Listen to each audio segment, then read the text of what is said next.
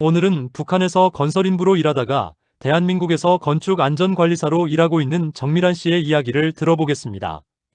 북한에서는 맨손과 낡은 도구로 위험한 건설 현장에서 생명을 걸고 일했지만 남한에서는 첨단 장비와 철저한 안전 시스템 속에서 노동자의 생명을 지키는 일을 하고 계십니다. 오늘 미란 씨의 이야기를 듣게 되어 영광입니다. 북한에서의 경험과 남한에서의 삶이 어떻게 비교가 되셨나요? 천천히 말씀해 주시겠습니까? 네, 천천히 말씀드리겠습니다. 이야기를 하는 것이 쉽지는 않지만 제가 겪은 일들을 통해 누군가는 진실을 알아야 한다고 생각합니다.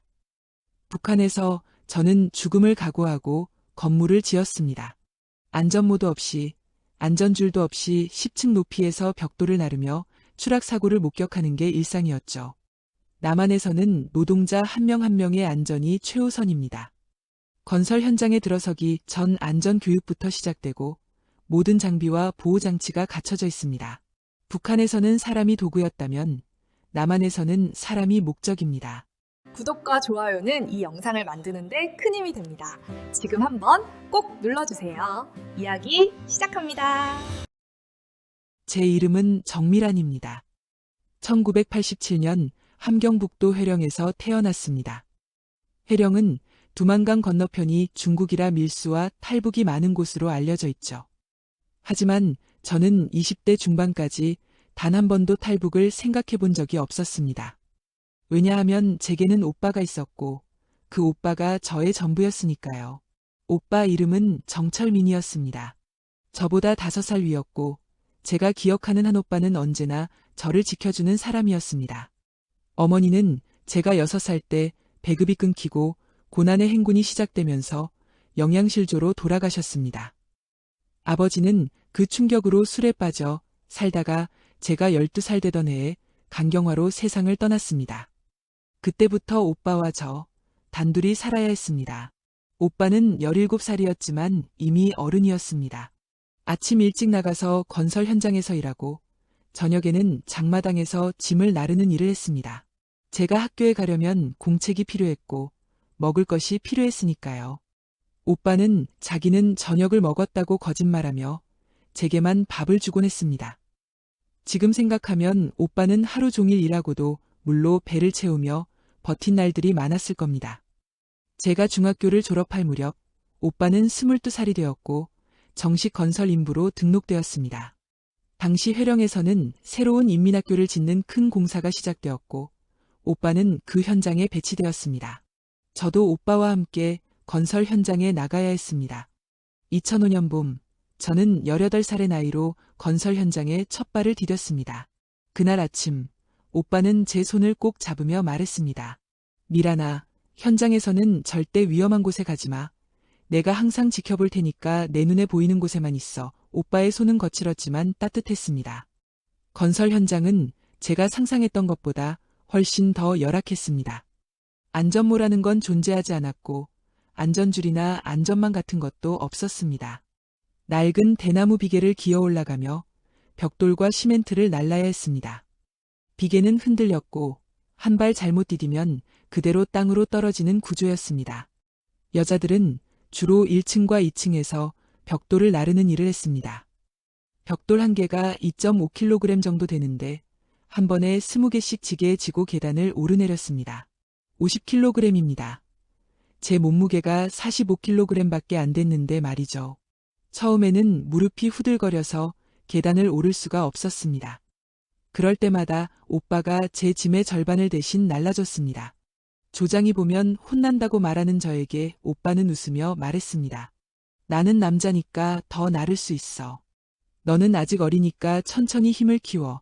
하지만 오빠는 이미 자기 몫의 2배를 나르고 있었습니다. 점심시간에 보면 오빠의 어깨에는 지게끈 자국이 깊게 파여 있었고 피가 배어나오기도 했습니다. 건설 현장의 하루는 새벽 5시에 시작되었습니다. 아침 점호를 하고 그날의 작업 목표를 조장에게 듣습니다. 오늘은 3층 벽 쌓기를 끝내야 한다. 못 끝내면 저녁 배식 없다. 이런 식이었습니다. 우리는 기계처럼 움직였습니다. 벽돌을 나르고 시멘트를 섞고 벽을 쌓고 다시 벽돌을 나르고 현장에서 일한 지 2달쯤 되었을 때 처음으로 사고를 목격했습니다. 4층에서 작업하던 40대 남자가 대나무 비계가 부러지면서 땅으로 떨어진 것입니다. 그 소리는 지금도 귀에 생생합니다. 둔탁한 소리와 함께 비명이 끊겼고 사람들이 모여들었습니다. 그 남자는 그 자리에서 숨을 거뒀습니다. 조장이 와서 시체를 보더니 말했습니다. 불찰이다. 시체 치우고 작업 계속해. 우리는 멈출 수 없었습니다. 동료의 주검 옆에서 우리는 다시 벽돌을 날랐습니다. 그날 저녁 오빠가 제게 말했습니다. 미란아, 절대 높은 곳에 올라가지 마. 약속해. 하지만 건설 현장에서 약속이란 게 지켜질 수 있는 것이었을까요? 3개월이 지나자 인력이 부족해졌습니다. 고된 노동에 많은 사람들이 도망가거나 다쳤기 때문입니다. 조장은 여자들도 3층, 4층으로 올라가 작업하라고 지시했습니다. 저도 그중 하나였습니다. 처음 4층 비계에 올랐을 때 다리가 떨렸습니다. 아래를 내려다보면 어지러웠고 대나무가 삐걱거리는 소리에 심장이 쿵쾅거렸습니다. 벽돌을 나르다가 발을 헛디딜 뻔했을 때 누군가 제 허리를 잡았습니다. 오빠였습니다. 오빠는 제가 4층에 올라온 걸 알고 자기 작업을 멈추고 쫓아온 것입니다. 조장한테 말해서 너는 1층 작업으로 바꾸게 할 거야. 오빠가 말했지만 이미 늦었습니다. 조장은 오빠를 불러 꾸짖었습니다. 작업 시간에 멋대로 자리를 이탈하다니. 내가 책임지고 5층 골조 작업해. 5층은 가장 위험한 곳이었습니다. 철근을 묶고 콘크리트를 붓는 작업인데 추락사고가 가장 많이 나는 곳이었습니다. 오빠는 그날부터 5층 작업에 투입되었습니다. 매일 아침 오빠가 5층으로 올라가는 모습을 보면 가슴이 철렁했습니다. 저 때문에 오빠가 더 위험한 곳에 가게 된 것입니다. 제가 조심했더라면, 제가 4층에 올라가지 않았더라면 오빠는 상대적으로 안전한 3층 작업을 계속할 수 있었을 텐데요. 어느 날 점심시간, 저는 오빠에게 말했습니다. 오빠, 미안해. 내가 조심하지 못해서. 오빠는 제 머리를 쓰다듬으며 웃었습니다.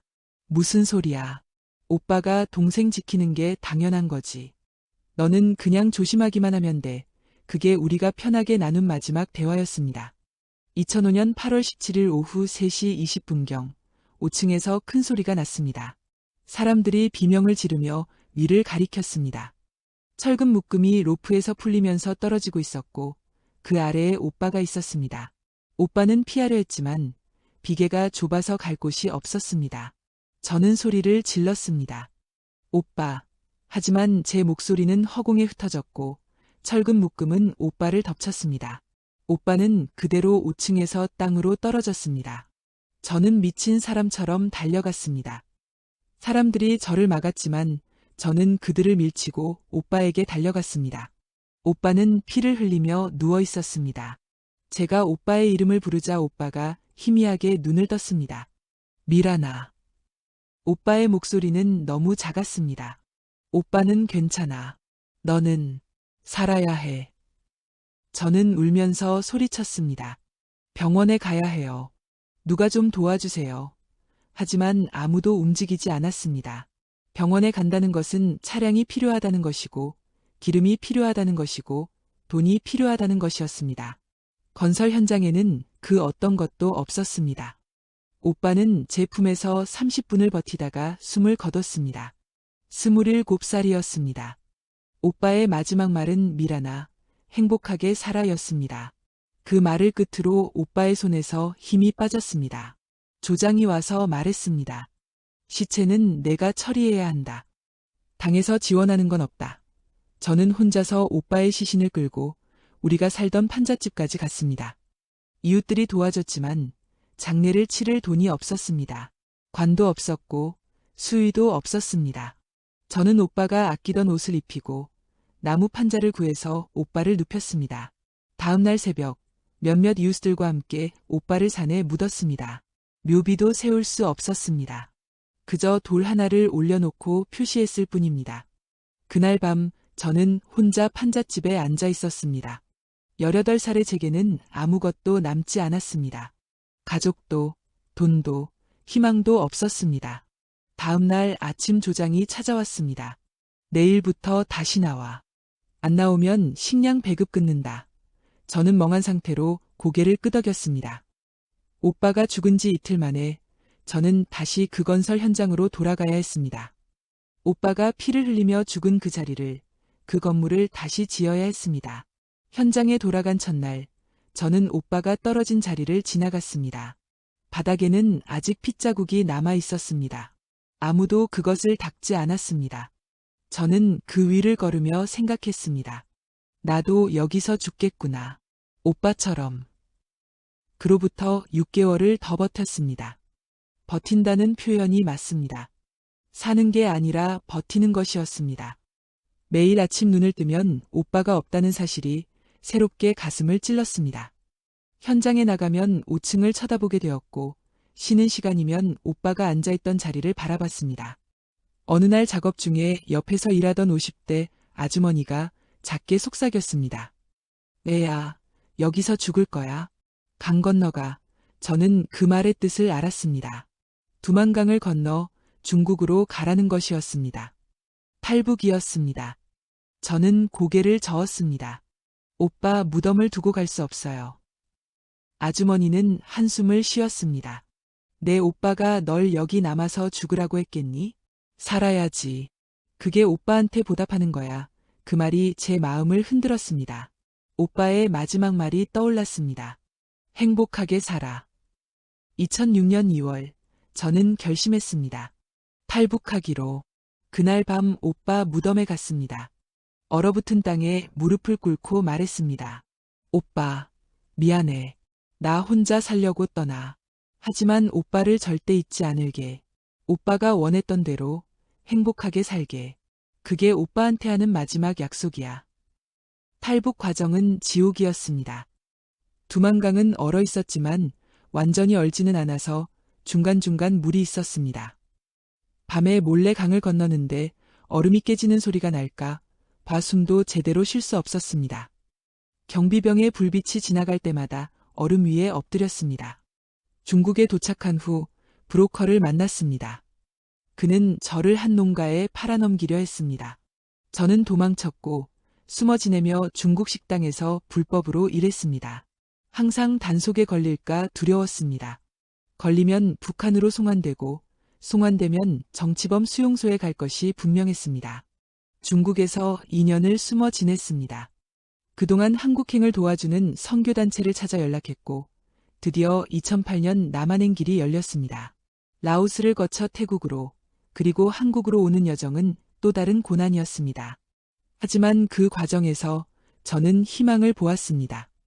저를 도와주는 사람들이 있었고 그들은 대가 없이 저를 도왔습니다. 2008년 6월 저는 인천공항에 도착했습니다. 21살이었습니다. 하나원에서 3개월간 교육을 받았습니다. 처음 며칠은 모든 게 신기했습니다. 따뜻한 물이 나오는 샤워실, 배불리 먹을 수 있는 식사, 푹신한 침대. 하지만 밤이면 울었습니다. 오빠 생각이 났기 때문입니다. 오빠도 여기 왔으면. 하나원 교육 중에 직업훈련 과정을 선택해야 했습니다. 여러 선택지가 있었지만 저는 건축 안전관리 과정을 선택했습니다. 상담 선생님이 물었습니다. 북한에서 건설 현장 일을 했는데 왜 또 건설 관련 일을 하려고 해요? 저는 대답했습니다. 오빠가 거기서 죽었어요. 이곳에서는 아무도 그렇게 죽지 않게 만들고 싶어요. 하나원을 수료한 후 저는 서울에 정착했습니다. 정부 지원금으로 작은 원룸을 얻었고 산업안전기사 자격증을 따기 위해 공부를 시작했습니다. 낮에는 편의점에서 아르바이트를 하고 밤에는 인터넷 강의를 들었습니다. 한글도 제대로 못 읽던 제가 전문 서적을 공부한다는 게 쉽지 않았습니다. 그때 도와준 사람이 하나 있었습니다. 편의점 단골 손님이었던 김영우 씨였습니다. 50대 중반의 그분은 건설회사에서 안전관리팀장으로 일하고 있었습니다. 어느 날 제가 산업안전기사 책을 보고 있는 걸 보시더니 말을 걸어오셨습니다. 탈북자세요? 저는 놀라서 고개를 끄덕였습니다. 어떻게 아셨어요? 사투리하고 그 책 보는 열정 때문에. 도와드릴까요? 김영호 팀장님은 그날부터 제 멘토가 되어주셨습니다. 일주일에 한 번씩 만나 공부를 가르쳐 주셨고 현장 실무 경험도 공유해 주셨습니다. 미란 씨, 남한에서 건설 안전관리는 단순히 규정 지키는 게 아니에요. 사람 목숨을 지키는 일이에요. 한 명 한 명의 노동자가 집에 살아서 돌아가게 만드는 게 우리 일입니다. 그 말을 들을 때마다 오빠 생각이 났습니다. 오빠도 그저 안전모 하나, 안전줄 하나만 있었어도 살 수 있었을 텐데. 저는 더 열심히 공부했습니다. 2010년, 저는 산업안전기사 자격증을 땄습니다. 합격 소식을 들었을 때 오빠 무덤에 가고 싶었지만 갈 수 없었습니다. 그날 밤 저는 하늘을 보며 말했습니다. 오빠, 내가 해냈어. 김 팀장님은 저를 자기 회사에 추천해 주셨습니다. 처음에는 현장 보조로 시작했습니다. 첫 출근 날 건설 현장에 들어서는데 다리가 떨렸습니다. 북한에서의 기억이 떠올랐기 때문입니다. 하지만 남한 건설 현장은 완전히 달랐습니다. 우선 현장에 들어가기 전에 안전교육을 받았습니다. 안전모 착용법, 안전화 착용법, 추락방지 안전대 사용법 등을 배웠습니다. 그리고 현장에 들어가니 모든 노동자가 형광색 조끼를 입고 안전모를 쓰고 안전화를 신고 있었습니다. 높은 곳에서 일하는 사람들은 모두 안전줄을 매고 있었습니다. 저는 눈물이 났습니다. 오빠가 이런 곳에서 일했다면. 제 옆에 있던 김 팀장님이 제 어깨를 토닥이며 말했습니다. 울지 마세요. 미란 씨가 이제 다른 사람들을 지킬 차례잖아요. 처음 몇 달은 현장을 돌아다니며 안전점검을 배웠습니다. 비계가 제대로 설치되었는지, 안전망이 촘촘히 쳐져 있는지, 노동자들이 안전장비를 제대로 착용했는지 확인하는 일이었습니다. 어느 날 4층에서 작업하던 노동자 한 명이 안전줄을 매지 않은 채 작업하는 걸 발견했습니다. 저는 즉시 그에게 다가가 말했습니다. 안전줄을 매셔야 합니다. 그 노동자는 귀찮다는 표정으로 말했습니다. 아, 조금만 하면 되는데 뭘. 저는 단호하게 말했습니다. 안전줄 안 매시면 작업 중단입니다. 그가 짜증을 내며 물었습니다. 아니, 왜 이렇게 까다로워? 저는 그에게 말했습니다. 제 오빠가 5층에서 떨어져서 죽었습니다. 안전장비가 하나도 없는 곳에서요. 안전줄 하나면 살 수 있었어요. 당신도 누군가의 오빠, 아버지, 남편일 거예요. 집에 돌아갈 가족이 있잖아요. 그 노동자는 제 얼굴을 보더니 조용히 안전줄을 맸습니다. 죄송합니다. 그날 이후로 저는 현장에서 까다로운 안전관리자로 유명해졌습니다. 작은 위반도 그냥 넘어가지 않았습니다. 어떤 노동자들은 저를 싫어했지만 어떤 노동자들은 고마워했습니다. 한 노동자는 제게 이렇게 말했습니다. 덕분에 딸 결혼식에 갈 수 있었어요. 미란 씨가 그날 저더러 위험하니까 작업 중단하라고 해서 짜증났는데 나중에 보니까 제가 서 있던 비계가 불량이었더라고요. 조금 더 있었으면 무너졌을 거예요. 2015년 저는 정식 안전관리사가 되었습니다. 더 큰 책임이 주어졌습니다. 현장 전체의 안전을 총괄하는 역할이었습니다. 매일 아침 조회 시간에 안전교육을 했고 현장을 돌며 위험 요소를 제거했습니다. 사고가 나면 원인을 분석하고 재발 방지 대책을 세웠습니다. 가장 보람 있었던 순간은 현장에서 무사고 1000일을 달성했을 때였습니다. 회사에서 기념식을 열었고 노동자 대표가 감사패를 제게 주었습니다. 미란 관리사님 덕분에 우리 모두 안전하게 일할 수 있었습니다. 그날 저는 무대에 서서 말했습니다. 저는 북한에서 왔습니다. 거기서는 건설 현장이 죽음의 현장이었습니다. 제 오빠가 거기서 27살에 죽었습니다. 안전모도 없이, 안전줄도 없이 일하다가 떨어져 죽었습니다. 대한민국에 와서 저는 배웠습니다. 사람이 얼마나 소중한지, 한 사람의 목숨이 얼마나 귀한지. 여러분 모두 집에 기다리는 가족이 있습니다. 제가 여러분을 지킬게요. 여러분도 서로를 지켜주세요. 노동자들이 박수를 쳤습니다. 그중 몇몇은 눈물을 흘렸습니다. 그날 퇴근하면서 한 노동자가 제 손을 잡았습니다. 미란 씨, 고맙습니다. 제 딸이 이번에 대학 들어가거든요. 제가 살아서 입학식에 갈 수 있는 건 미란 씨 덕분이에요. 지금 저는 38살입니다. 북한을 떠난 지 19년이 되었습니다. 하지만 오빠는 여전히 27살입니다. 제 마음속에서 오빠는 영원히 젊고 영원히 저를 지켜주는 사람으로 남아 있습니다. 매년 8월 17일 오빠가 죽은 날이 되면 저는 조용히 촛불을 켜고 오빠를 생각합니다. 오빠가 없었다면 저는 북한에서 굶어 죽었을 것입니다. 오빠가 저를 지켜줬기에 제가 남한까지 올 수 있었습니다. 그리고 지금 저는 오빠가 하지 못한 일을 하고 있습니다. 사람들을 지키는 일을요. 북한과 남한의 건설 현장을 비교하면 그것은 단순히 기술이나 장비의 차이가 아닙니다. 철학의 차이입니다. 북한에서 사람은 도구였습니다. 부서지면 버리고 새로운 도구를 가져오면 되는 것이었습니다. 남한에서 사람은 목적입니다. 모든 시스템은 사람을 지키기 위해 존재합니다. 북한 건설 현장에는 안전관리자가 없습니다. 있는 것은 작업량을 체크하는 감독자뿐입니다. 남한에는 저 같은 안전관리자가 있어서 노동자 한 명 한 명의 안전을 책임집니다. 북한에서는 사고가 나면 불찰이라고 하고 넘어갑니다. 남한에서는 사고가 나면 작업을 중단하고 원인을 철저히 분석합니다. 북한에서 저는 매일 죽음을 각오하고 일했습니다. 오늘 살아남아도 내일은 모른다는 생각으로 살았습니다. 남한에서 저는 매일 생명을 지키며 일합니다. 오늘도 모든 노동자가 안전하게 집에 돌아가게 만드는 것이 제 목표입니다. 제가 대한민국에 감사한 이유는 단순히 배불리 먹고 안전하게 산다는 것 때문만이 아닙니다. 이 나라는 제게 새로운 삶을 주었습니다. 북한에서 저는 그저 살아남는 것이 목표였습니다. 여기서 저는 누군가를 지키는 사람이 되었습니다. 북한에서 저는 의미 없이 죽어가는 오빠를 지켜볼 수밖에 없었습니다. 여기서 저는 다른 사람들이 의미 있게 살 수 있도록 돕습니다. 가끔 현장에서 젊은 노동자들을 보면 오빠가 떠오릅니다. 25, 26살의 그들은 오빠가 살지 못한 나이를 살아가고 있습니다. 그들이 안전하게 일하고 웃으며 이야기하고 점심시간에 가족에게 전화하는 모습을 볼 때마다 생각합니다. 오빠도 이렇게 살 수 있었을 텐데. 하지만 슬퍼하지 않으려 합니다. 오빠는 제게 행복하게 살라고 했으니까요. 저는 지금 행복합니다.